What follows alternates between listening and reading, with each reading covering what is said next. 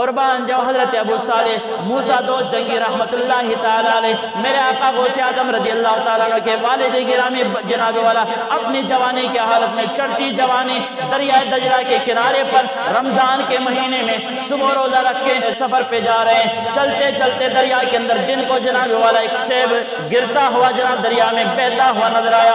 آپ نے جناب والا دریائے دجلہ کے کنارے سے سیب کا دانہ اٹھا کر جناب والا اپنے جیب میں ڈالا. چلتے چلتے سفر کرتے کرتے شام ہو گئی. غروب آفتاب کا وقت آیا. روزہ افطار کرنے کا جب وقت ہوا شیخ عبد القادر جیلانی کے والد گرامی حضرت ابو صالح رحمت اللہ تعالی علیہ نے کسی جگہ پر بیٹھ کر روزہ افطار اسی سیب کے دانے سے کیا ہے. روزہ افطار کرنے کے بعد دل میں خیال آیا اے ابو صالح تو نے کیا کر دیا؟ پتہ نہیں کس کے باغ سے ٹوٹ کر یہ سیب آیا تھا. پتہ نہیں اس کا مالک کون ہوگا, اس کے مالک کون ہوگا. اس کے بغیر اجازت کے تو نے سیب کا دانہ کھا لیا. اب اس بات کی تو معافی لینی چاہیے. چلتے چلتے صبح ہوئی جناب والا. روزہ افطار کرنے کے بعد رات گزارتے ہیں. صبح ہوئی اٹھ کر جناب والا اس ایک دانہ سیب کا مالک ڈھونڈنے کے لیے نکل گئے. مالک ڈھونڈتے ڈھونڈتے کسی نے بتایا فلاں مقام پر اس سیب کے مالک جس باغ سے یہ ٹوٹ کر جناب والا دریا میں آ گیا, اس کا مالک فلاں جگہ پر جانشین ہے. چلتے چلتے اس مقام کو پہنچے. آگے دیکھا کہ کیا ہے حضرت سید عبداللہ سمعی رضی اللہ تعالیٰ عنہ سید زادے آل نبی اولاد نبی مادر زاد ولی اپنے باغ کے کنارے بیٹھ کر باغ کی رکھوالی فرما رہے ہیں. حضرت ابو صالح موسیٰ دوست جنگی رضی اللہ تعالیٰ عنہ اس بابا جی تک پہنچے.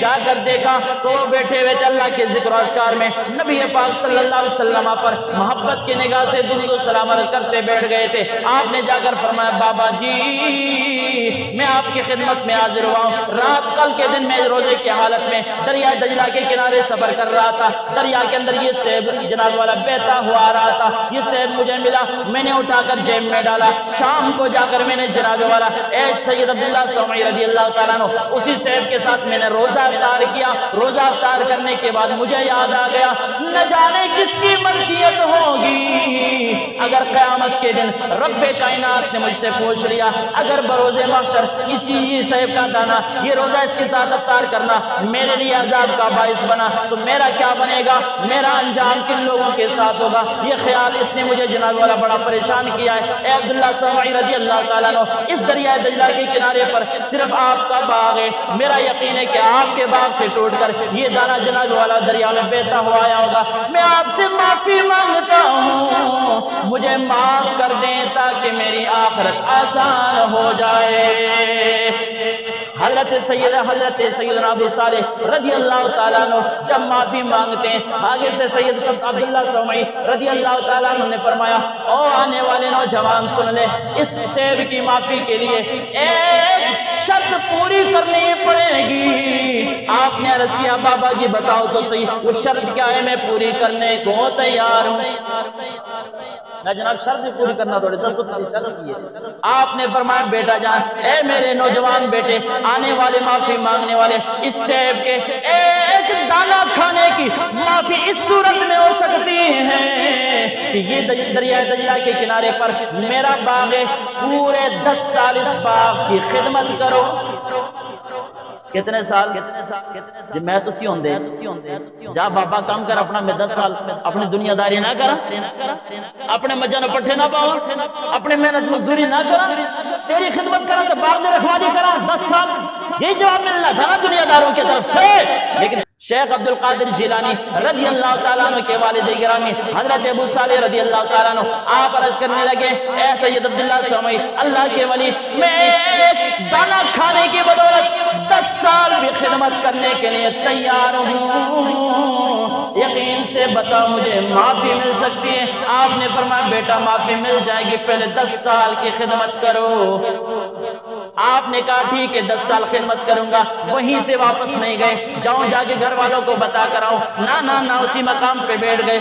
پورے 10 سال کا عرصہ خدمت کرنے کے بعد سید عبداللہ سرمئی کے گھر کسی کے ہاتھ پیغام بھیجا، بابا جی اب معافی مل سکتی ہے کہ نہیں؟ میں نے اپنے وعدے کے مطابق 10 سال پورے کیے ہیں۔ حضرت عبداللہ سرمئی رضی اللہ تعالیٰ عنہ نے فرمایا بیٹا اب ایک شرط اور ہے، وہ بھی کون جواب کے لبنا چاہیے تھا خود کیا سے 10 سال پورے کر دو پورے ہو گئے نا۔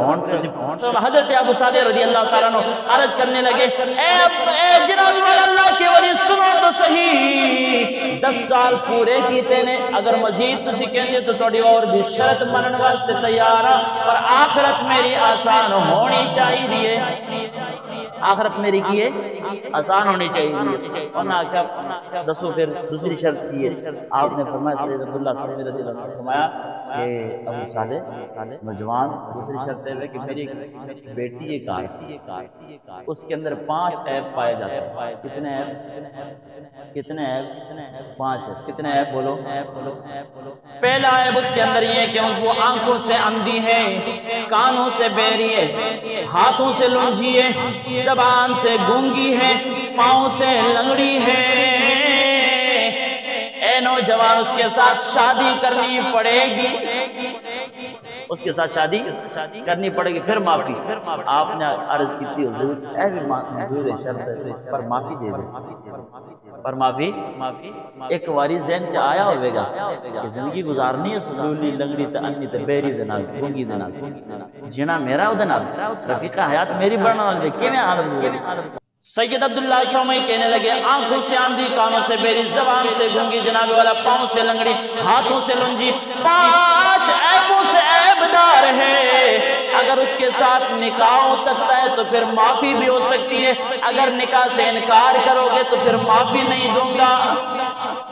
آپ نے عرض کیا، اس نوجوان نے عرض کیا بابا جان سید پاک مجھے بس یہ بھی شرط منظور ہے، مجھے معافی مل جانی چاہیے تاکہ میری آخرت کے مراحل آسان ہو جائیں۔ سید عبداللہ سرمئی رضی اللہ تعالیٰ نے وہیں سے اٹھے، نکاح کا اہتمام کیا گیا، گھر لے جا کر نکاح پڑھایا آپ کا۔ جب آپ پہلی رات اپنی بیوی کو گھر لے کر گئے، جب پہلی مرتبہ دیکھا حسین و جمیل عورت، حسن و جمال کا پیکر، دونوں آنکھیں سلامت ہیں، دونوں بازو بھی سلامت، دونوں ٹانگوں سے بھی بے عیب، دونوں کانوں سے بھی سننے والی، دونوں آنکھوں سے دیکھنے والی، زبان سے بڑی عمدگی کے ساتھ گفتگو فرمانے والی۔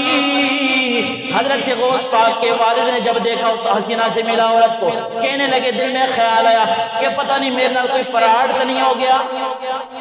دوڑتے ہوئے جناب والا سسر پاک کے پاس گئے، سید عبداللہ سرمئی کے گھر جا کر کہنے لگے اے ابا جان بتاؤ تو صحیح کہ فراڈ تو نہیں کیتا؟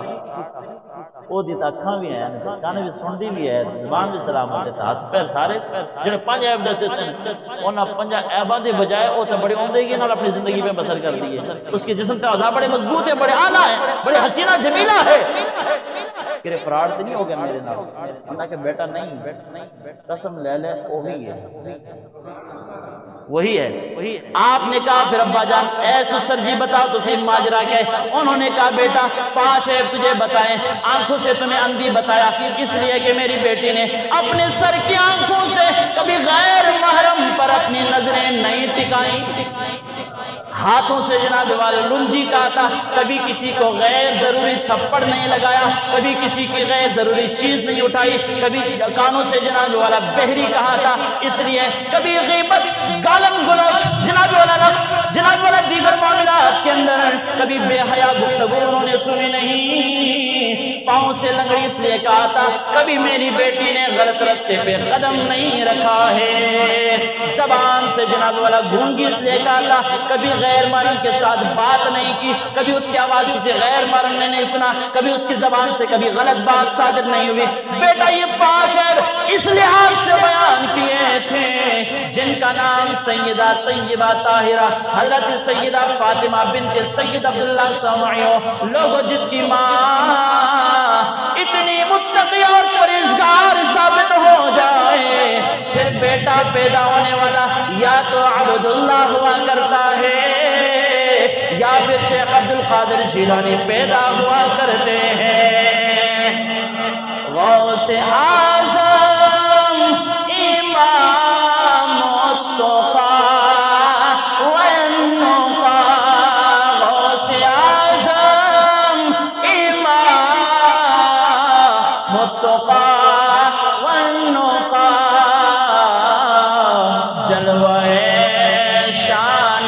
قدرت پہلا مصطفیٰ جان رحمت پہلا شمع بس میں ہدایت پہلا آکھا ابا جی یہی گل ہے فرمایا یہی وجہ سے پانچ عیب بیان کو عیب حقیقت سے ایسے جنہوں دنیا عیب کہندی ہے سید عبداللہ سومی نے دسا میری بیٹی انہاں عیباں نال کیے معیوب ہے لیکن حقیقت سے کیے اے ہی انسان دا حسن تے جمال ہے اے ہی انسان دا کیے کامیابی دا راز ہے پھر اسی سیدہ فاطمہ بنت سید عبداللہ سومی وچوں یکم رمضان مبارک میں عبدالقادر جیلانی پیدا ہوتا ہے پورا رمضان دا مہینہ انہیں روزہ نہیں توڑیا ماں دا دودھ پین تو انکار کیتا رمضان دا مہینہ ماں دودھ پلان دی تو دودھ نہیں پین دے